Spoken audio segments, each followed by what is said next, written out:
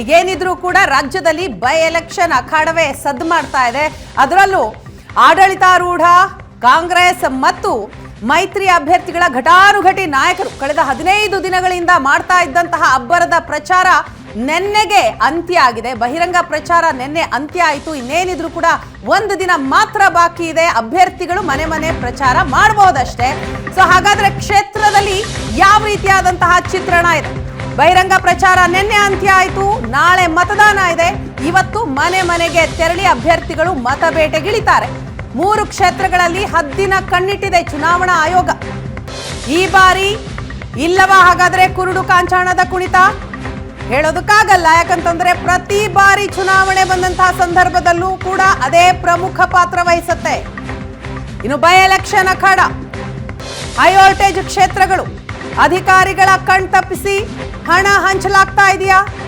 ವಶಕ್ಕೆ ಪಡೆದಂತಹ ಅಕ್ರಮ ಹಣ, ವಸ್ತು, ಮದ್ಯ ಎಷ್ಟು, ಅದರ ಕಂಪ್ಲೀಟ್ ಮಾಹಿತಿಯನ್ನ ನಿಮ್ಮ ಮುಂದೆ ಇಡ್ತಾ ಹೋಗ್ತೀವಿ. ಕಳೆದ ಬಾರಿಗೆ ಹೋಲಿಸಿದ್ರೆ ಈ ಬಾರಿ ಕಡಿಮೆ ಜಪ್ತಿ ಆಗಿದೆ. ಯಾವ ಕ್ಷೇತ್ರಗಳಲ್ಲಿ ಏನೇನ್ ಸಿಕ್ತು ಅನ್ನೋದರ ಸಂಪೂರ್ಣ ಚಿತ್ರಣ ಏಷ್ಯಾನೆಟ್ ಸುವರ್ಣ ನ್ಯೂಸ್ನಲ್ಲಿ 3 ಕ್ಷೇತ್ರಗಳ ಕಂಪ್ಲೀಟ್ ಮಾಹಿತಿಯನ್ನ ನಿಮ್ಮ ಮುಂದೆ ಇಡ್ತಾ ಹೋಗ್ತೀವಿ. ನಮ್ಮ ಪ್ರತಿನಿಧಿಗಳು ಕೂಡ ನಮ್ಮ ಜೊತೆ ನೇರ ಸಂಪರ್ಕದಲ್ಲಿರ್ತಾರೆ 3 ಬೈ ಎಲೆಕ್ಷನ್ ಅಖಾಡದ ಚಿತ್ರಣವನ್ನ ಕೊಡೋದಿಕ್ಕೆ. ಚನ್ನಪಟ್ಟಣ, ಶಿಗ್ಗಾವಿ ಹಾಗೂ ಸಂಡೂರು ಈ 3 ಕ್ಷೇತ್ರಗಳಲ್ಲಿ ಬೈ ಎಲೆಕ್ಷನ್ ನಡೀತಾ ಇದೆ. ಹಾಗಾದ್ರೆ ಬೈ ಎಲೆಕ್ಷನ್ ನಲ್ಲಿ ಏನೆಲ್ಲ ಆಗ್ತಾ ಇದೆ? ನಿನ್ನೆ ಬಹಿರಂಗ ಪ್ರಚಾರ ಅಂತ್ಯ ಆಯಿತು. ಇವತ್ತು ಬಹಳ ಇಂಪಾರ್ಟೆಂಟ್ ಡೇ. ಕೊನೆ ಹಂತದ ಕಸರತ್ತನ್ನ ಮಾಡ್ತಾ ಇರ್ತಾರೆ ಅಭ್ಯರ್ಥಿಗಳು. ಸೊ ಇದರ ಬಗ್ಗೆ ಮಾಹಿತಿಯನ್ನ ಕೊಡೋದಕ್ಕೆ ನಮ್ಮ ಜೊತೆ ಇದ್ದಾರೆ ಚನ್ನಪಟ್ಟಣದಿಂದ ಜಗದೀಶ್, ಸಂಡೂರಿನಿಂದ ನರಸಿಂಹಮೂರ್ತಿ, ಹಾಗೇನೆ ಶಿಗ್ಗಾವಿಯಿಂದ ಪವನ್ ನಮ್ಮ ಜೊತೆ ನೇರ ಸಂಪರ್ಕದಲ್ಲಿ ಜಾಯಿನ್ ಆಗಿದ್ದಾರೆ. ಅವ್ರ ಜೊತೆ ಮಾಹಿತಿಯನ್ನ ಪಡೆದುಕೊಳ್ಳೋಣ. ಎಸ್, ಹಾಗಾದ್ರೆ ಇನ್ನ ಒಂದೊಂದಾಗೆ ನೋಡ್ತಾ ಹೋಗೋಣ. ಯಾವ್ಯಾವ ಕ್ಷೇತ್ರದಲ್ಲಿ ಯಾವ್ಯಾವ ರೀತಿಯಾಗಿ ಹಣವನ್ನ ಹಂಚಿಕೆ ಮಾಡಲಾಗಿದೆ, ಏನೆಲ್ಲ ಹಾಗಾದ್ರೆ ಜಪ್ತಿ ಮಾಡಿದ್ದಾರೆ ಪೊಲೀಸರು ಅಂತ. ಹೈ ವೋಲ್ಟೇಜ್ ಕ್ಷೇತ್ರ ಚನ್ನಪಟ್ಟಣದಲ್ಲಿ ಬಿಗಿ ಬಂದೋಬಸ್ತನ್ನ ನಿಯೋಜನೆ ಮಾಡಲಾಗಿದೆ. ಸಾರ್ವತ್ರಿಕ ಚುನಾವಣೆಯಲ್ಲಿ ಕೋಟಿ ಕೋಟಿ ಹಣ ಸೀಸ್ ಮಾಡಲಾಗಿದೆ. ಚನ್ನಪಟ್ಟಣದಲ್ಲಿ ಬೆರಳೆಣಿಕೆ ಪ್ರಕರಣಕ್ಕೆ ಅಧಿಕಾರಿಗಳು ಸುಸ್ತಾಗಿ ಹೋಗಿದ್ದಾರೆ. 18 ದಿನಗಳಿಂದ ಪ್ರಚಾರದಲ್ಲಿ ನಿರತರಾಗಿದ್ದ 31 ಅಭ್ಯರ್ಥಿಗಳು 18 ದಿನಗಳಲ್ಲಿ ಒಟ್ಟು 14 ಪ್ರಕರಣಗಳು ದಾಖಲಾಗಿದ್ದಾವೆ. 9 ಪ್ರಕರಣಗಳು ಅಬಕಾರಿ ಇಲಾಖೆಗೆ ಸೇರಿದ್ದು. 1 ಪ್ರಕರಣದಲ್ಲಿ ಒಟ್ಟು 676 ಸೀರೆ ಹಾಗೆ ಪಂಚೆಯನ್ನ ಜಪ್ತಿ ಮಾಡಲಾಗಿದೆ. ಬಿಡದಿಯ ಗೋದಾಮಿನಲ್ಲಿ ಇರಿಸಿದಂತಹ ಸೀರೆ ಹಾಗೆ ಪಂಚೆಯನ್ನ ಜಪ್ತಿ ಮಾಡಿದ್ದಾರೆ. ಪ್ರಚಾರದ ವೇಳೆ ಮಹಿಳೆಗೆ 500 ರೂಪಾಯಿಯನ್ನ ನೀಡಿದ್ರು ಜಮೀರ್. ದೃಶ್ಯಗಳಲ್ಲಿ ನೋಡ್ತಾ ಇದ್ದೀರಾ, 18 ದಿನಗಳಿಂದ ಪ್ರಚಾರದಲ್ಲಿ ನಿರತರಾಗಿದ್ದಾರೆ ಅಭ್ಯರ್ಥಿಗಳು. ಅದರಲ್ಲಿ ಈಗಾಗಲೇ 14 ಪ್ರಕರಣಗಳು ದಾಖಲಾಗಿದ್ದಾವೆ. ಯಾವ ರೀತಿಯಾಗಿ ಆಮಿಷವನ್ನ ಒಡ್ಡಿ ಮತ ಕೇಳ್ತಾ ಇದ್ರು ಅಭ್ಯರ್ಥಿಗಳು ಅನ್ನೋದಕ್ಕೆ ಸಂಬಂಧಪಟ್ಟಂತಹ ದೃಶ್ಯಗಳೇ ಅಂತಾನೆ ಹೇಳ್ಬೋದು. ಯಾಕಂದ್ರೆ ಸೀರೆಗಳನ್ನ ಜಪ್ತಿ ಮಾಡಿದ್ದಾರೆ, ಗೋದಾಮಿನಲ್ಲಿ ಇರಿಸಿದಂತಹ ಸೀರೆಗಳನ್ನ. ಈ ರೀತಿಯಾಗಿ ಸಾರ್ವತ್ರಿಕ ಚುನಾವಣೆಯಲ್ಲಿ ಕೋಟಿ ಕೋಟಿ ಹಣವನ್ನ ಜಪ್ತಿ ಮಾಡಲಾಗಿದೆ. ಎಸ್, ಈ ಬಗ್ಗೆ ಮಾಹಿತಿಯನ್ನ ಪಡೆದುಕೊಳ್ಳೋಣ. ನಮ್ಮ ಪ್ರತಿನಿಧಿ ಜಗದೀಶ್ ಇದೀಗ ನಮ್ಮ ಜೊತೆ ಸಂಪರ್ಕದಲ್ಲಿದ್ದಾರೆ. ಜಗದೀಶ್, 48 ಗಂಟೆಗಳ ಕಾಲ ಅದನ್ನ ನಿಶ್ಶಬ್ದ ಅವಧಿ ಅಂತ ಕರೆಯಲಾಗುತ್ತೆ. ಕೇಂದ್ರ ಚುನಾವಣಾ ಆಯೋಗ ಅದನ್ನ ಘೋಷಣೆ ಮಾಡಿರುವಂಥದ್ದು. ಹಾಗಾಗಿನೇ ನಿನ್ನೆ ಸಂಜೆ 6 ಗಂಟೆಗೆ ಬಹಿರಂಗ ಪ್ರಚಾರ ಅಂತ್ಯ ಆಗಿದೆ. ಇವತ್ತು ಅಭ್ಯರ್ಥಿಗಳು ಏನಿದ್ರು ಕೂಡ ಮನೆ ಮನೆ ಪ್ರಚಾರ ಮಾಡೋದಷ್ಟೇ ಬಾಕಿ. ಆದರೆ ಕೊನೆ ಹಂತದ ಕಸರತ್ತಿದೆಯಲ್ಲ, ಅದು ಬಹಳ ಇಂಪಾರ್ಟೆಂಟ್ ಆಗುತ್ತೆ. ಸೊ ಕ್ಷೇತ್ರದಲ್ಲಿ ಯಾವ ರೀತಿಯ ಚಿತ್ರಣ ಕಂಡು ಬರ್ತಾ ಇರುವಂಥದ್ದು? ಆ ವೀಣಾ, ಏನಂತಂದ್ರೆ ಕಳೆದ 18 ದಿನಗಳಿಂದ ಕಾಲಿಗೆ ಚಕ್ರ ಕಟ್ಟಿಕೊಂಡು ಸುಮಾರು 31 ಅಭ್ಯರ್ಥಿಗಳು ಪ್ರಚಾರವನ್ನ ಮಾಡಿದ್ರು. ಅದರಲ್ಲೂ ಪ್ರಮುಖವಾಗಿ ಮೈತ್ರಿ ಅಭ್ಯರ್ಥಿ ನಿಖಿಲ್ ಕುಮಾರಸ್ವಾಮಿ, ಮತ್ತೊಂದು ಕಡೆ ಕಾಂಗ್ರೆಸ್ನ ಅಭ್ಯರ್ಥಿ ಯೋಗೇಶ್ವರ್ ಅವರ ಬೆಂಬಲಿಗರು ಕೂಡ ಪ್ರಚಾರದಲ್ಲಿ ನಿರತರಾಗಿದ್ರು. ನಿನ್ನೆ ದಿನ ಬಹಿರಂಗ ಪ್ರಚಾರ ಅಂತ್ಯ ಆಗಿರುವಂಥದ್ದು. ಹಾಗಾಗಿ ದೊಡ್ಡ ಸಭೆಗಳನ್ನ ಕೂಡ ಮಾಡಿರುವಂಥದ್ದು. ಸಭೆಗೆ ಸಿಎಂ ಸಿದ್ದರಾಮಯ್ಯ ಸೇರಿದಂತೆ, ಮತ್ತೊಂದು ಕಡೆ ಮೈತ್ರಿ ಅಭ್ಯರ್ಥಿಗೆ ದೇವೇಗೌಡರು ಸೇರಿದಂತೆ ಹಲವಾರು ಗಣ್ಯರು ಕೂಡ ಬಂದು ಸಭೆ ಸಭೆಯಲ್ಲಿ ನಿರತರಾಗಿದ್ರು. ಸಾವಿರಾರು ಸಂಖ್ಯೆಯಲ್ಲಿ ಜನನು ಕೂಡ ಸೇರಿದ್ರು. ಇವತ್ತು ಬಹಿರಂಗ ಪ್ರಚಾರ ನಿನ್ನೆ ಅಂತ್ಯ ಆಗ್ತಿದ್ದಂಗೆ ಇವತ್ತು ಮನೆ ಮನೆ ಪ್ರಚಾರಕ್ಕೆ ಇರೋವಂಥದ್ದು. ಹಾಗಾಗಿ ಈಗ ಆಲ್ರೆಡಿ ಬೆಳಗ್ಗೆಯಿಂದನೇ ಕೂಡ ಒಂದ್ ಕಡೆ ನಿಖಿಲ್ ಕುಮಾರಸ್ವಾಮಿ ಮನೆ ಪ್ರಚಾರ ಮಾಡ್ತಿದ್ರು. ಅವರ ಪತ್ನಿ ಕೂಡ ಕಾಲೇಜ್ಗಳು ಮತ್ತೆ ಹಾಗಾಗಿ ಬಸ್ ಸ್ಟ್ಯಾಂಡ್ಗಳಲ್ಲೂ ಕೂಡ ಪತ್ನಿ ಕೂಡ ಪ್ರಚಾರ ಮಾಡ್ತಾರಂದು. ಹಾಗೆ ಯೋಗೇಶ್ವರು ಕೂಡ ಅಲ್ಲಲ್ಲಿ ಏನಂತಂದ್ರೆ ಅವರಿಗೆ ಬೇಕಾದಂತ ಗಣ್ಯ ಮನೆಗಳಿಗೆ ಹೋಗಿ ಪ್ರಚಾರವನ್ನ ಮಾಡ್ತಾರಂಥದ್ದು. ಮತ್ತೆ ಪ್ರಮುಖವಾಗಿ ಅವರ ಲೀಡರ್ಗಳು ಏನೇನಿದ್ದಾರೆ ಅವ್ರಗಳ ಜೊತೆ ಸೇರ್ಕೊಂಡು ಈ ಒಂದು ಪ್ರಚಾರದಲ್ಲಿ ನಿರತ ಆಗಿರೋದು. ಯಾಕೆಂತಂದ್ರೆ ಇವತ್ತು ಕೊನೆಯ ಹಂತ. ಇವತ್ತು ಬಿಟ್ರೆ ನಾಳೆ ಅವರ ಎಕ್ಸಾಮ್ ಬರೆಯುವಂಥದ್ದು ಮತದಾರರು. ಹಾಗಾಗಿ ಇವತ್ತು ಕೊನೆಯ ಹಂತದ ಮತದಾನಕ್ಕೆ ಪ್ರಚಾರಕ್ಕೆ ಇವತ್ತು ಆಲ್ರೆಡಿ ಎಲ್ಲಾ ರೀತಿಯ ಸಿದ್ಧತೆಗಳನ್ನ ಮಾಡಿಕೊಂಡು ಈಗ ಆಲ್ರೆಡಿ ಎಲ್ಲಾ ರೀತಿಯಾಗಿ ಅಭ್ಯರ್ಥಿಗಳು ಮನೆಗೆ ತೆರಳಿ ಈಗಾಗಲೇ ಯಾವ ರೀತಿ ಪ್ರಚಾರ ಆಯ್ತು ಅನ್ನೋದನ್ನ ಕಳೆದ 18 ದಿನಗಳಿಂದಲೂ ಕೂಡ ನಾವು ಅದನ್ನ ನೋಡ್ತಾ ಬರ್ತಾ ಇದ್ದೀವಿ. ಸೊ ಇಷ್ಟು ದಿನಗಳಲ್ಲಿ ಚುನಾವಣಾ ಆಯೋಗ ಮಾಡಿದಂತಹ ಕಾರ್ಯಾಚರಣೆ ಏನೇನೆಲ್ಲ ಜಪ್ತಿ ಮಾಡಲಾಯಿತು ಅಂತ?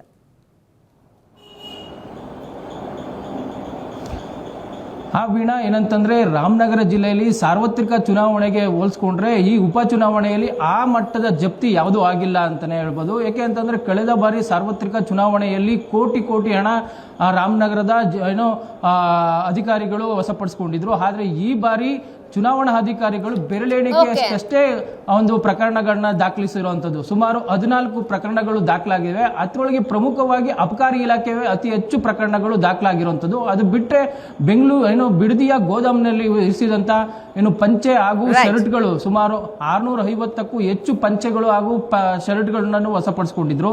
ಅದನ್ನು ಹೊರತುಪಡಿಸಿದ್ರೆ ಮೊನ್ನೆ ದಿನ ಜಮೀರ್ ಅಹಮದ್ ಪ್ರಚಾರದಲ್ಲಿ ನಿರತರಾಗಿದ್ದಾಗ 500 ಮುಖಬೆಲೆಯ ನೋಟ್ಗಳನ್ನ ಸಾರ್ವಜನಿಕವಾಗಿ ಹಂಚ್ತಾ ಇದ್ರು ಅನ್ನೋ ಕಾರಣಕ್ಕಾಗಿ ಅದನ್ನು ಕೂಡ ಒಂದು ಕೇಸನ್ನು ನಿರ್ಮಾಣ ಹಾಕೊಂಡಿರುವಂತದ್ದು. ಅದು ಹೊರತುಪಡಿಸಿದ್ರೆ ಈ ಬಾರಿ ಉಪಚುನಾವಣೆಯಲ್ಲಿ ರಾಮನಗರ ಜಿಲ್ಲೆಯಲ್ಲಿ ಆ ಮಟ್ಟದ ಯಾವುದೇ ರೀತಿಯ ಒಂದು ಪ್ರಕರಣಗಳು ದಾಖಲಾಗಿಲ್ಲ ಅಂತಾನೆ ಹೇಳುವುದು. ಎಸ್ ಥ್ಯಾಂಕ್ ಯು ಜಗದೀಶ್ ತಮ್ಮ ಮಾಹಿತಿಗಾಗಿ. ಇನ್ನು ಬಳ್ಳಾರಿಯ ಸಂಡೂರಿನ ಚಿತ್ರಣ ನೋಡ್ತಾ ಹೋಗೋದಾದ್ರೆ ಅದು ಕೂಡ ಹೈ ವೋಲ್ಟೇಜ್ ಕ್ಷೇತ್ರ. ಹಣದ ಹೊಳೆನೆ ಹರಿತಾ ಇದೆಯಾ ಬಳ್ಳಾರಿಯಲ್ಲಿ? ಹೇಗಿದೆ ಪರಿಸ್ಥಿತಿ ಬಳ್ಳಾರಿಯಲ್ಲಿ? ಉಪಚುನಾವಣೆ ಅಂತಂದ್ರೆ ಹಣದ ಅಬ್ಬರ ಅನ್ನೋ ಮಾತಿತ್ತು. ಆದ್ರೆ ಈ ಬಾರಿ ಬಳ್ಳಾರಿಯಲ್ಲಿ ಜಾಸ್ತಿ ಹಣ ಸೀಸೆ ಆಗಿಲ್ಲ. ನವೆಂಬರ್ 4ರಂದು ಸಾಗಿಸಲಾಗ್ತಾ ಇದ್ದಂತಹ 27,50,000 ಹಣ ಅದನ್ನ ಜಪ್ತಿ ಮಾಡಿದ್ದಾರೆ ಚುನಾವಣಾ ಆಯೋಗದ ಸಿಬ್ಬಂದಿ. 27.5 ಲಕ್ಷ ಬಿಟ್ರೆ ಯಾವುದೇ ಹಣ ಸೀಸ್ ಆಗಿಲ್ಲ ಇಲ್ಲಿವರೆಗೂ. ಹಣ ಹಂಚಿಕೆ ಆಮಿಷದ ಕುರಿತು ಕೇಸ್ಗಳು ದಾಖಲಾಗಿಲ್ಲ. ಜನರನ್ನ ಕರೆ ತಂದಿದ್ದು ಚುನಾವಣಾ ಅಧಿಕಾರಿಗಳ ಕಣ್ಣಿಗೆ ಬಿದ್ದೇ ಇಲ್ವಾ? ಹಾಗಾದ್ರೆ ಇದು ದೊಡ್ಡ ಪ್ರಶ್ನೆ. ಸಮಾವೇಶಕ್ಕೆ ನಿಗದಿಪಡಿಸಿದ್ದಕ್ಕಿಂತ ಹೆಚ್ಚು ಹಣ ಖರ್ಚಾಗಿದೆ. ಆ ಹಣ ಖರ್ಚಾಗಿರುವ ಬಗ್ಗೆ ಅಧಿಕಾರಿಗಳು ಯಾಕೆ ಮೌನ ವಹಿಸಿದ್ದಾರೆ? ಅವರ ಗಮನಕ್ಕೆ ಬಂದೇ ಇಲ್ವಾ ಅಥವಾ ಬಂದರೂ ಕೂಡ ಕಣ್ಮುಚ್ಚಿ ಕುಳಿತಿದ್ದಾರಾ ಅನ್ನುವಂತಹ ಪ್ರಶ್ನೆ ಇದೆ. ಇಲ್ಲಿವರೆಗೂ 27.5 ಲಕ್ಷ ಹಣ ಸೀಸ್ ಆಗಿದ್ದು ಬಿಟ್ರೆ ಬೇರೆ ಯಾವುದೂ ಕೂಡ ದಾಖಲಾಗಿಲ್ಲ. ಎಸ್ ಬಗ್ಗೆ ಹೆಚ್ಚಿನ ಡೀಟೇಲ್ಸ್ ಕೊಡ್ತಾರೆ ನಮ್ಮ ಪ್ರತಿನಿಧಿ ನರಸಿಂಹಮೂರ್ತಿ. ನೇರ ಸಂಪರ್ಕದಲ್ಲಿ ಜಾಯ್ನ್ ಆಗಿದ್ದಾರೆ. ನರಸಿಂಹಮೂರ್ತಿ, ಬಳ್ಳಾರಿಯಲ್ಲಿ ಉಪಚುನಾವಣೆ ಅಂದ್ರೆ ಬಹಳ ಹೆಚ್ಚಿನ ಮಟ್ಟದಲ್ಲಿ ಹಣವನ್ನ ಹಂಚಿಕೆ ಮಾಡ್ತಾರೆ. ಈ ಬಾರಿ ಕಡಿಮೆ ಪ್ರಮಾಣದಲ್ಲಿ ಹಣ ಪತ್ತೆಯಾಗಿದೆ, ವಶಕ್ಕೆ ಪಡೆದಿದ್ದಾರೆ. ಇದೇನು ಪೊಲೀಸರ ಕಣ್ಣಿಗೆ ಕಣ್ತಪ್ಪಿ ಏನಾದರೂ ಹಣ ಹಂಚಿಕೆ ಆಗಿದೆಯಾ ಅಥವಾ ಅಧಿಕಾರಿಗಳ ಗಮನಕ್ಕೆ ಬರದೆ ಇಷ್ಟೇ ಆಗಿರೋದಾ, ವಶಕ್ಕೆ ಪಡೆಯಲಾಗಿರೋದಾ ಅಂತ?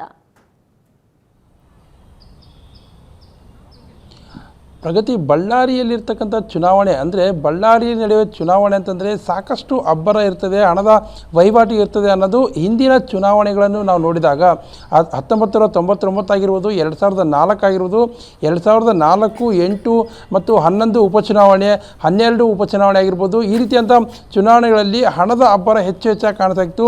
ಭಾಳ ಅಮೌಂಟ್ ಸೀಜ್ ಆಗ್ತಾಯಿತ್ತು. ಸೀರೆ ಆಗಿರ್ಬೋದು, ಇತರೆ ವಸ್ತುಗಳಾಗಿರ್ಬೋದು, ಕುಕ್ಕರ್ ಆಗಿರ್ಬೋದು, ಈ ರೀತಿಯಂಥ ವಸ್ತುಗಳು ಸೀಜ್ ಆಗಿರ್ತಕ್ಕಂಥದ್ದು ನಾವು ಮೊದಲಿನಿಂದ ಕೂಡ ನೋಡಿ ಬಂದಿದ್ದೇವೆ. ಆದರೆ 2013 ಮತ್ತು 2018ರಿಂದ ಸ್ವಲ್ಪ ಹಣದ ವಹಿವಾಟು ಕಡಿಮೆ ಆದರೂ ಕೂಡ ಸೀಜ್ ಆಗ್ತಕ್ಕಂಥದ್ರಲ್ಲಿ ಹೆಚ್ಚು ಕಡಿಮೆ ಆಗ್ತಾ ಇರಲಿಲ್ಲ. ಅಂದರೆ ಅಷ್ಟೇ ಹಣದ ಅಮೌಂಟು ಸೀಜ್ ಆಗ್ತಾಯಿತ್ತು, ಭಾಳಷ್ಟು ಕೇಸ್ಗಳು ಆಗ್ತಾಯಿದ್ವು. ಆದರೆ ಈ ಉಪಚುನಾವಣೆ ಸಾಕಷ್ಟು ಭಿನ್ನ ಅಂತ ಹೇಳಿದರೂ ತಪ್ಪಾಗಲಿಕ್ಕಿಲ್ಲ. ಯಾಕಂದರೆ ಈ ಉಪಚುನಾವಣೆಯಲ್ಲಿ ಕೇವಲ ಒಂದು ಕೇಸಲ್ಲಿ ಮಾತ್ರ 27 ಲಕ್ಷ ಸೀಜ್ ಆಗಿದ್ಬಿಟ್ರೆ ಈವರೆಗೂ ಯಾವುದೇ ರೀತಿಯಂಥ ದೊಡ್ಡ ಮೊತ್ತ ಏನು ಸೀಜ್ ಆಗಿಲ್ಲ. ಎಲ್ಲವನ್ನೂ ಸೂಕ್ಷ್ಮವಾಗಿ ಗಮನಿಸೋದಂದರೆ ಚುನಾವಣೆಯೇ ಟೈಟಾಗಿ ನಡೆದಿದೆ ಅಥವಾ ಗೊತ್ತಿದ್ದು ಅಧಿಕಾರಿಗಳು ಇಲ್ಲಿ ಸುಮ್ಮನೆ ಇದ್ದಾರಾ ಅನ್ನೋ ಅನುಮಾನ ಕಾಡ್ತಾ ಇದೆ. ಯಾಕಂದರೆ ಪ್ರಮುಖವಾಗಿ CM ಇಂದ ಹಿಡಿದು ಅಪೋಸಿಷನ್ ಲೀಡರಿಂದ ಹಿಡಿದು ಯಡಿಯೂರಪ್ಪದಿಂದ ಹಿಡಿದು ಯಾರೆಲ್ಲ ಕಾರ್ಯಕ್ರಮಗಳಿಗೆ ಬಂದರೆ ಎಲ್ಲ ಕಾರ್ಯಕ್ರಮಗಳು ಜನರನ್ನು ಕರ್ತಕ್ಕಂಥದ್ದು, ವಾಹನದಲ್ಲಿ ಜನರು ಬರ್ತಕ್ಕಂಥದ್ದು ಎಲ್ಲವೂ ಕೂಡ ಕಣ್ಣೆದಿಗೆ ಕಾಣ್ತಾ ಇದೆ. ಆದರೆ ಜನರನ್ನು ವಾಹನದಲ್ಲಿ ಯಾಕೆ ಕರ್ಕೊಂಬಂದರು, ಎಲ್ಲಿಂದ ಕರ್ಕೊಂಬಂದರು ಅನ್ನೋದ್ರ ಬಗ್ಗೆ ಯಾವುದೇ ರೀತಿಯಂಥ ವಿಚಾರಣೆ ಆಗಿಲ್ಲ. ಇನ್ನು ಪ್ರತಿ ಕಾರ್ಯಕ್ರಮದಲ್ಲಿ ಕೂಡ ಜನರಿಗೆ ಹಣ ಹಂಚಲಾಯಿತು ಅಂತಕ್ಕಂಥ ಆರೋಪ ಇದೆ. ಆದರೆ ಇದು ಸಾರ್ವಜನಿಕ ವಲಯದಲ್ಲಿ ದೊಡ್ಡ ಮಟ್ಟದಲ್ಲಿ ಚರ್ಚೆ ಆದರೂ ಕೂಡ ಇದಕ್ಕೆ ಯಾವುದೇ ರೀತಿಯಂಥ ಪುರಾವೆ ದಾಖಲೆ ಇಲ್ಲದೆ ಇರತಕ್ಕಂಥ ಹಿನ್ನೆಲೆಯಲ್ಲಿ ಚುನಾವಣೆ ಆಯೋಗ ಆಗಿರ್ಬೋದು ಅಥವಾ ಅಧಿಕಾರಿಗಳಾಗಿರ್ಬೋದು ಯಾವುದೂ ಹಣವನ್ನು ಸೀಸ್ ಮಾಡಿಲ್ಲ. ಹೀಗಾಗಿ ಎಲ್ಲೋ ಒಂದು ಕಡೆ ಈ ಬಾರಿ ಚುನಾವಣೆ ಪ್ರಾಮಾಣಿಕವಾಗಿ ನಡೀತಾ ಅಥವಾ ಗೊತ್ತಿದ್ದು ಅಧಿಕಾರಿಗಳು ಸುಮ್ಮನೆ ಇದ್ದಾರೆ ಅನ್ನೋಂಥ ಅನುಮಾನ ಇದೀಗ ಕಾಡ್ತಾ ಇದೆ. ಪ್ರಗತಿ. Thank you Narasimhamurthy. ಇನ್ಮೇಲೆ ಡೀಟೇಲ್ಸ್ಗಾಗಿ. ಇನ್ನು ಹಾವೇರಿಯಲ್ಲಿ ಏನಾಗ್ತಾ ಇದೆ? ಹಾವೇರಿ ಉಪಚುನಾವಣೆಯಲ್ಲಿ ಹದ್ದಿನ ಕಣ್ಣಿಟ್ಟಿದ್ದಾರೆ ಪೊಲೀಸರು. ಹಾವೇರಿಯಲ್ಲಿ 18 ಚೆಕ್ ಪೋಸ್ಟ್ ಗಳನ್ನ ಸ್ಥಾಪನೆ ಮಾಡಲಾಗಿದೆ. ಹಾವೇರಿಯಲ್ಲಿ ಒಂದೇ ₹1 ಸಹ ಜಪ್ತಿ ಇಲ್ಲ. ಸವಣೂರು ಪಟ್ಟಣದಲ್ಲಿ 2,68,000 ರೂಪಾಯಿಯನ್ನ ಜಪ್ತಿ ಮಾಡಲಾಗಿದೆ. ಇನ್ನು ಚೆಕ್ ಪೋಸ್ಟ್ ಗಳಲ್ಲಿ ₹1 ಸಹ ಜಪ್ತಿ ಆಗಿಲ್ಲ. 1,60,000 ಮೌಲ್ಯದ 8 kg 240 ಗ್ರಾಂ ಗಾಂಜಾವನ್ನ ವಶಕ್ಕೆ ಪಡೆಯಲಾಗಿದೆ. 55 ಲಕ್ಷ ಮೌಲ್ಯದ ಮದ್ಯವನ್ನ ಜಪ್ತಿ ಮಾಡಲಾಗಿದೆ. 4,686 ಲೀಟರ್ ಮದ್ಯವನ್ನ ವಶಪಡಿಸಿಕೊಳ್ಳಲಾಗಿದೆ. ಜಿಲ್ಲಾಧಿಕಾರಿ ವಾಣಿಜ್ಯ ತೆರಿಗೆ ಇಲಾಖೆಯಿಂದ 5 ಲಕ್ಷ ಮೌಲ್ಯದ ವಸ್ತುವನ್ನ ವಶಕ್ಕೆ ಪಡೆಯಲಾಗಿದೆ. ಆದರೆ ಚೆಕ್ ಪೋಸ್ಟ್ ನಲ್ಲಿ ಒಂದೇ ₹1 ಹಣವನ್ನ ಜಪ್ತಿ ಮಾಡಲಿಲ್ಲ. ಆದರೆ ಮದ್ಯಗಳು, ಗಾಂಜಾ ಹೀಗೆ ಬೇರೆ ಬೇರೆ ವಸ್ತುಗಳನ್ನ ಜಪ್ತಿ ಮಾಡಲಾಗಿದೆ. ಈ ಬಗ್ಗೆ ಮಾಹಿತಿ ಕೊಡ್ತಾರೆ ಪವನ್ ಇದಾರ್ ನಮ್ಮ ಜೊತೆ ಸಂಪರ್ಕದಲ್ಲಿ. ಪವನ್, ಹಾವೇರಿಯ ಶಿಗ್ಗಾವಿಯಲ್ಲಿ ಎಲೆಕ್ಷನ್ ನಡೀತಾ ಇದೆ. ಈ ಹಿನ್ನೆಲೆಯಲ್ಲಿ ಹಣದ ಹೊಳೆನೇ ಹರಿಬಹುದು ಅನ್ನುವಂತಹ ಲೆಕ್ಕಾಚಾರ, ಆದರೆ ದಾಖಲೆಗಳಲ್ಲಿ ಅದು ಯಾವುದೂ ಕೂಡ ಕಾಣಿಸ್ತಾ ಇಲ್ಲ. ಹಾಗಾದ್ರೆ ನಿಜಕ್ಕೂ ಪ್ರಾಮಾಣಿಕವಾಗಿ ಚುನಾವಣೆ ಆಗ್ತಾ ಇದೆ ಅಂತ ಅನಿಸ್ತಾ ಇದೆಯಾ? ವೀಣಾ, ಚುನಾವಣಾ ಆಯೋಗ ಹದ್ದಿನ ಕಣ್ಣಿಟ್ಟಿದೆ ಅಂತ ನಾವೇನು ಬಳಕೆ ಮಾಡ್ತೀವಲ್ಲ, ಅದು ಹದ್ದಿನ ಕಣ್ಣು ಅನ್ನೋದೇ ರಾಂಗ್ ಅಂತ ನನ್ನ ಅಭಿಪ್ರಾಯ. ಕಾರಣ ಏನಂತ ಹೇಳಿದ್ರೆ, ಹದ್ದಿಗೆ ಒಂದು ಸೂಕ್ಷ್ಮವಾದಂಥ ದೃಷ್ಟಿ ಇರುತ್ತೆ. ಮೇಲ್ಗಡೆಯಿಂದ ಅದು ಕೆಳಗಡೆ ಪ್ರಾಣಿಗಳನ್ನು ನೋಡಿದರೆ ಅದು ದೃಷ್ಟಿಯನ್ನ ಇಟ್ಟು ಬಂದು ಬೇಟೆಯಾಡುತ್ತೆ. ಆದರೆ ಇಲ್ಲಿ ಹದ್ದಿನ ಕಣ್ಣಲ್ಲ. ಅಟ್ಲೀಸ್ಟ್ ಚುನಾವಣಾ ಆಯೋಗ ಗುಬ್ಬಚ್ಚಿ ಕಣ್ಣಾದರೂ ಇಡಬೇಕು ಅಂತ. ಯಾಕಂದ್ರೆ ಇದು ಹಾಸ್ಯಾಸ್ಪದ ಅನಿಸ್ಬೋದು. ಕಾರಣ ಇಲ್ಲಿ ಕೇಸ್ಗಳು ದಾಖಲಾಗಿಲ್ಲ, ಹಣ ಜಪ್ತಿ ಆಗಿಲ್ಲ ಅಂತ ಹೇಳಿದ್ರೆ ಹಣದ ಹೊಳೆ ಹರಿತಿಲ್ಲ ಅಂತ ಅರ್ಥ ಅಲ್ಲ. ಇವತ್ತು ಪ್ರತಿಯೊಂದು ಸಮಾವೇಶಗಳು ನಡೆದರೂ ಕೂಡ ಜನರು ಹಾಗೆ ಪುಕ್ಸಟ್ಟೆ ಬರುವಂಥ ಕಾಲ ಮುಗಿದು ಭಾಳ ದಿನ ಆಯಿತು. ಇದು ಆ್ಯಕ್ಚುಲಿ ರಿಯಾಲಿಟಿ ಮಾತಾಡ್ತಾ ಇದ್ದೀನಿ ನಾನು. ಇವತ್ತು 18 ಚೆಕ್ ಪೋಸ್ಟ್ ಇಡೀ ಜಿಲ್ಲೆಯಾದ್ಯಂತ ಮಾದರಿ ಚುನಾವಣಾ ನೀತಿ ಸಂಹಿತೆ ಜಾರಿಯಾಗಿದೆ. ಅಂದರೆ ಇಡೀ ಜಿಲ್ಲೆಯಾದ್ಯಂತ ಕೋಡ್ ಆಫ್ ಕಂಡಕ್ಟ್ ಇರುತ್ತೆ. 18 ಚೆಕ್ ಪೋಸ್ಟ್ಗಳಿದೆ. ಆ ಚೆಕ್ ಪೋಸ್ಟಲ್ಲಿ ₹1 ಜಪ್ತಿ ಆಗಲ್ಲ ಅಂತ ಹೇಳಿದ್ರೆ ನಿಜಕ್ಕೂ ಆಶ್ಚರ್ಯ ಅಲ್ವಾ? ಇದು ಆರೋಪ ಪ್ರತ್ಯಾರೋಪಗಳು ನಡೆದಿದೆ. BJP-ಯವರು ಕಾಂಗ್ರೆಸ್ ಮೇಲೆ, ಕಾಂಗ್ರೆಸ್ನವರು BJP ಮೇಲೆ ಹಣದ ಚೀಲ ತಗೊಂಬರ್ತಿದ್ದಾರೆ, ಮತದಾರರಿಗೆ ಆಮಿಷ ತೋರಿಸಿದ್ದಾರೆ ಅಂತ ಆರೋಪಗಳು ಮಾಡ್ತಾ ಇದ್ದಾರೆ. ಹಾಗಾದ್ರೆ ಚುನಾವಣಾ ಆಯೋಗ ಇನ್ನಷ್ಟು ಕಾರ್ಯಪ್ರವೃತ್ತ ಕೆಲಸ ಮಾಡ್ಬೋದಿತ್ತಲ್ಲ. ಚುನಾವಣಾ ಆಯೋಗ ಇಂಡಿಪೆಂಡೆಂಟ್ ಬಾಡಿ ಅಂತ ಬಹಳಷ್ಟು ಸಂದರ್ಭದಲ್ಲಿ ಚರ್ಚೆ ಆಗುತ್ತೆ. ಆದರೆ ಇಂಡಿಪೆಂಡೆಂಟ್ ಬಾಡಿಲಿರುವಂಥ ಅಧಿಕಾರಿಗಳಿದಾರಲ್ಲ, ಅವರು ಸರ್ಕಾರದ ಅಂಡರಲ್ಲೇ ಕೆಲಸ ಮಾಡುವ ಅಧಿಕಾರಿಗಳಲ್ವಾ? ಹೇಳ್ತಾರೆ ನಾವು ಭಾಳ ಚೆನ್ನಾಗಿ ಕೆಲಸ ಮಾಡ್ತೀವಿ, ಅದಕ್ಕೂ ಇದಕ್ಕೂ ಸಂಬಂಧ ಇಲ್ಲ, ಸರ್ಕಾರ ಯಾವುದು ಕೂಡ ನಮ್ಮ ಮೇಲೆ ಪರಿಣಾಮ ಬರಲ್ಲ ಅಂತ. ಇದು including BJP government, Congress government ಎರಡರಲ್ಲೂ ನಾನು ಹೇಳ್ತಾ ಇದ್ದೀನಿ. ಇದು ಯಾವ ಪಕ್ಷಕ್ಕೂ ಹೊರತಾಗಿ ಅಲ್ಲ, ಇದು ಎಲ್ಲ ಕಾಲದಲ್ಲೂ ನಡೆದಿದೆ. ಹೀಗಾಗಿ ಸವಣೂರು ಪಟ್ಟಣದಲ್ಲಿ ಒಬ್ಬ ಮುದುಕಪ್ಪ ಅನ್ನುವಂಥವ್ರ ಮುಖಂಡರ ಮನೆಯಲ್ಲಿ 2,68,000 ರೂಪಾಯಿ ನಗದು ಸಿಗುತ್ತೆ. ಅದನ್ನು ಬಿಟ್ಟರೆ 8 kg 240 ಗ್ರಾಮ್ ಗಾಂಜಾ ಸಿಗುತ್ತೆ. ಒಂದಿಷ್ಟು ವಾಣಿಜ್ಯ ತೆರಿಗೆ ಇಲಾಖೆಯವರು ಹೋಗಿ ಕೆಲವು ವಸ್ತುಗಳನ್ನು ವಶಪಡಿಸ್ಕೊಂಡಿದ್ದಾರೆ. ಇಷ್ಟಾದರೆ ಮುಗಿದೋಯ್ತು. ಹಾಗಾದರೆ ಇವತ್ತು ಚುನಾವಣೆಯಲ್ಲಿ ಇವತ್ತು ಪರಿಸ್ಥಿತಿ ಏನಾಗಿದೆ? ಇವತ್ತು ಸಮಾವೇಶಗಳು ಆದ ತಕ್ಷಣ ಎಣ್ಣೆ ಅಂಗಡಿಗಳ ಮುಂದೆ ಸಾವಿರಾರು ಜನ ಇರ್ತಾರೆ. ಪೆಟ್ರೋಲ್ ಹಾಕ್ಸ್ಗಳಿಗೆ ಫ್ರೀಯಾಗಿ ಪೆಟ್ರೋಲ್ ಕೊಡ್ತಾರೆ ಅಂತೇಳಿ ಗಾಡಿಗಳನ್ನ ತಗೊಂಡೋಗಿ ಪೆಟ್ರೋಲ್ ಬಂಕಲ್ಲಿ ಪೆಟ್ರೋಲ್ ಹಾಕ್ಸ್ಕೊಂಬರ್ತಾರೆ. ಇವೆಲ್ಲವನ್ನು ನೋಡಲ್ವ ಹಾಗಾದರೆ ಚುನಾವಣಾಧಿಕಾರಿಗಳು? ಈ ಎಲ್ಲ ಪ್ರಶ್ನೆಗಳು ಇವತ್ತು ತಮ್ಮನ್ನು ತಾವು ಕೇಳ್ಕೊಳ್ಳುವಂಥ ಅಗತ್ಯತೆ ಇದೆ. ಸುಮ್ಮನೆ ಚುನಾವಣಾ ಆಯೋಗ ಇಂಡಿಪೆಂಡೆಂಟ್ ಬಾಡಿ, ನಾವು ಸರ್ಕಾರದ ಅಡಿ ಯಾವ ಪ್ರಭಾವಕ್ಕೂ ಬಗ್ಗಲ್ಲ. ಆದರೆ ಇಂಥ ಪರಿಸ್ಥಿತಿ ಇದೆ. ಇವತ್ತು ಉಪಚುನಾವಣೆಗಳು ಹಣ ಇಲ್ಲದೆ, ಹೆಂಡ ಇಲ್ಲದೆ ನಡೆಯೋದೇ ಇಲ್ಲ ಅನ್ನುವಂಥ ಚರ್ಚೆ ಇದೆ ಸಾರ್ವಜನಿಕ ವಲಯದಲ್ಲಿ. ಹಾಗಾದರೆ ಶಿಗ್ಗಾವಿ ಚುನಾವಣೆ ಅಷ್ಟು ನಿಯತ್ತಾಗಿ ನಡೀತಾ ಇದೆಯಾ? 2,68,000 ಮಾತ್ರ ಕ್ಯಾಶ್ ಸಿಗ್ತಾ? ಈ ಎಲ್ಲ ಪ್ರಶ್ನೆಗಳನ್ನು ಹಾಕೊಂಡಾಗ ಅಧಿಕಾರಿಗಳೇ ಉತ್ತರ ಕೊಡಬೇಕಿದು ವೀಣಾ. ಇಂಥ ಒಂದು ಪರಿಸ್ಥಿತಿ ಇವತ್ತು ಉಪಚುನಾವಣೆಗಳು ನಡೀತಾ ಇದೆ. Yes thank you so much Pavan, ತಮ್ಮೆಲ್ಲ ಮಾಹಿತಿಗಾಗಿ. ಇನ್ನು ಹೈ ವೋಲ್ಟೇಜ್ ಕ್ಷೇತ್ರ ಚನ್ನಪಟ್ಟಣ ನಾಳೆ ಎಲೆಕ್ಷನ್ ಇದೆ ನಿಜ. ಚನ್ನಪಟ್ಟಣ ಮಾತ್ರ ಅಲ್ಲ, 3 ಕ್ಷೇತ್ರದಲ್ಲೂ ಕೂಡ ನಾಳೆ ಮತದಾನ ನಡೀತಾ ಇದೆ. ಬಹಿರಂಗ ಪ್ರಚಾರಕ್ಕೆ ನೆನ್ನೆನೆ ತೆರೆ ಬಿದ್ದಿದೆ. ಇವತ್ತೇನಿದ್ರೂ ಕೂಡ ಮನೆ ಪ್ರಚಾರ ಅಷ್ಟೇ.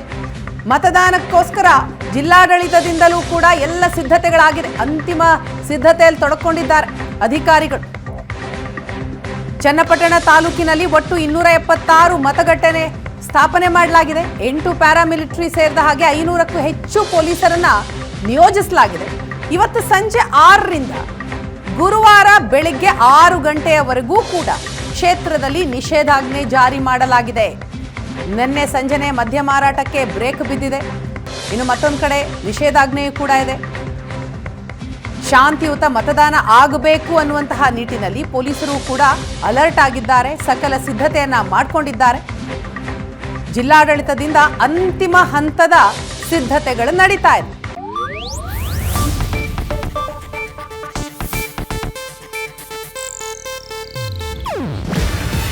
ಇದು ಏಷ್ಯಾನೆಟ್ ನ್ಯೂಸ್ ನೆಟ್ವರ್ಕ್ ಪ್ರಸ್ತುತಿ. ನೀವು ನೋಡ್ತಿದ್ದೀರಾ ಏಷ್ಯಾನೆಟ್ ಸುವರ್ಣ ನ್ಯೂಸ್.